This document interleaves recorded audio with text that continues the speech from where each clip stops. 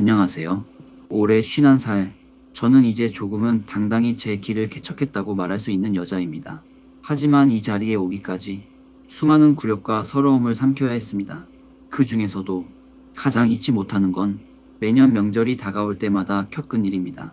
그 집 며느리가 된 죄, 부모가 없다는 이유 하나로 저는 사람 대접조차 받지 못했습니다. 네 부모를 원망해 태생이 천하잖아. 그 말은 시어머니의 입에서 나왔습니다. 그리고 그 말은 명절날 동서들이 봉투를 주고 저에겐 콧괭이를 건넨 그날 제 온몸에 뿌리 내렸습니다. 하지만 사람의 운명은 바뀔 수 있다는 걸 저는 제 삶으로 증명해 보였습니다. 그날 제가 대박 선언을 하자 그 집안 전체가 얼어붙었습니다. 지금부터 제가 어떻게 천하다던 사람이 존경받는 사람이 되었는지 처음부터 끝까지 말씀드리게요. 제가 시집간 집은 시골에서도 조금 더 깊숙한 마을에 자리한 농사를 짓는 큰 집이었습니다. 남편은 삼형제 중 둘째였고 위로는 사시 합격 후 공무원으로 일하는 큰형님, 아래로는 대기업에 다니는 막내 시동생이 있었죠. 반면 제 부모님은 어릴 적 사고로 돌아가셔서 저는 이모집에 얹혀 크다시피 했습니다. 그런 저를 남편은 나는 계급장보다 사람을 봐 라며 따뜻하게 받아줬고 사랑에 이끌려 결혼을 결심했습니다. 하지만 시댁은 달랐습니다. 첫 명절부터 큰형님 며느리, 막내 며느리는 시어머니에게 두툼한 봉투를 드리며 향수를 선물하고 한복을 맞춰드리며 환영받았습니다. 그리고 제게 시어머니가 내민 건 콧괭이와 고무장갑이었습니다. 니는 선물 같은 거 사올 돈 없잖아? 그냥 밭이나 파고 들어가. 거기가 네 자리다. 그 말에 저는 숨을 삼키고 고개를 끄덕였습니다. 예, 어머님. 시댁 마당 끝 텃밭에 혼자 삽을 들고 흙을 뒤엎으며 제가 얼마나 초라하고 작아졌는지 그날의 냄새와 감각이 아직도 생생합니다. 그런 명절이 몇 년을 이어졌습니다. 명절만 되면 동서들은 좋은 옷을 입고 음식도 손 안 대고 시어머니 옆에서 차를 마시며 웃었습니다. 그 사이 저는 뒤뜰에서 김장무 배달받고 밭에 퇴비 뿌리고 설거지를 넘는 대야를 들고 부엌을 오갔습니다. 쟤는 그냥 일하는 게 편할 거야. 가르쳐줘도 몰라. 태생이 그렇잖아. 시어머니의 말은 조용한 식탁 위에서 아무렇지 않게 튀어나왔고 그걸 들은 동서들은 혀를 차거나 고개를 돌렸습니다. 남편은 그때마다 미안해, 이번만 참자 하며 어깨를 움츠렸지만 저는 점점 깨달았습니다. 아, 이 집에선 내가 며느리가 아니라 쓸모있는 일꾼이구나. 그날 이후 저는 스스로의 자존심을 지키기 위해 하나의 결심을 하게 됩니다. 서러움을 삼켜가며 몇 년을 보낸 저는 더 이상 그렇게 살 수 없겠다는 생각이 들었습니다. 명절마다 부엌에서 발이 퉁퉁 붓고 콧괭이를 쥔 손이 갈라져 피가 배어 나오는 걸 보며 제 자신에게 물었습니다. 이게 정말 가족인가? 내가 왜 이렇게 살아야 하지? 그날 이후 저는 남편 몰래 동네 평생교육센터를 다녔습니다.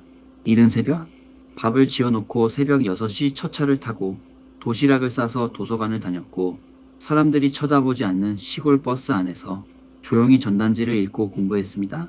하루는 마을 이장님이 꽃 재배 기술 강좌를 연다는 소식을 듣고 주말마다 밭을 빌려 작은 화훼 농사를 시작했습니다. 누구 하나 응원하지 않았지만 저는 매일매일 밭에 물을 주고 흙을 뒤집고 어렵게 꽃시장을 돌아다니며 거래처를 확보했습니다. 그리고 마침내 농협 로컬 브랜드 전시회에서 제가 만든 꽃차 패키지 세트가 대상을 수상하게 되었습니다. 지역 방송국에서 인터뷰까지 나왔고 이름 석자가 마을 게시판에 붙었습니다. 하지만 이 모든 걸 시댁은 전혀 모르고 있었죠. 왜냐하면 저는 그동안 명절마다 일부러 조용히 일만 하며 겉으로는 천한 며느리로 남아 있었으니까요. 그 비밀을 명절 아침 바로 그날에 꺼내게 될 줄은 저도 몰랐습니다. 그해 설날 시어머니는 어김없이 동서들에게 봉투를 받고 니네는 내가 포기야 하며 환하게 웃었습니다. 그리고 제게는 낡은 콧괭이를 다시 내밀며 말했습니다. 야, 밭에 물 좀 쳐라. 비도 안 오고 땅이 말랐잖아. 니는 그런 거라도 잘해야지.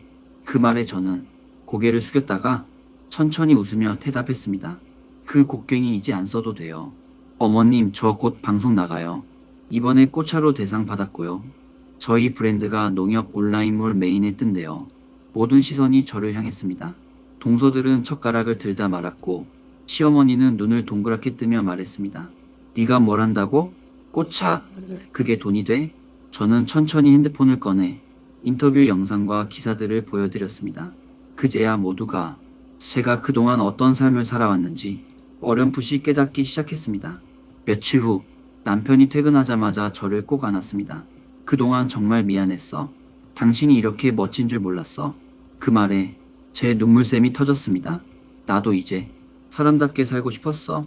그날 이후 시댁의 대접은 달라졌습니다. 동서들이 고개를 숙여 인사했고 시어머니는 조심스레 네가 그렇게 열심히 산 줄은 몰랐네 하고 한마디 했습니다. 하지만 저는 이제 그들의 시선을 기대하지 않습니다. 왜냐하면 제 인생의 가치는 남이 정해주는 게 아니니까요.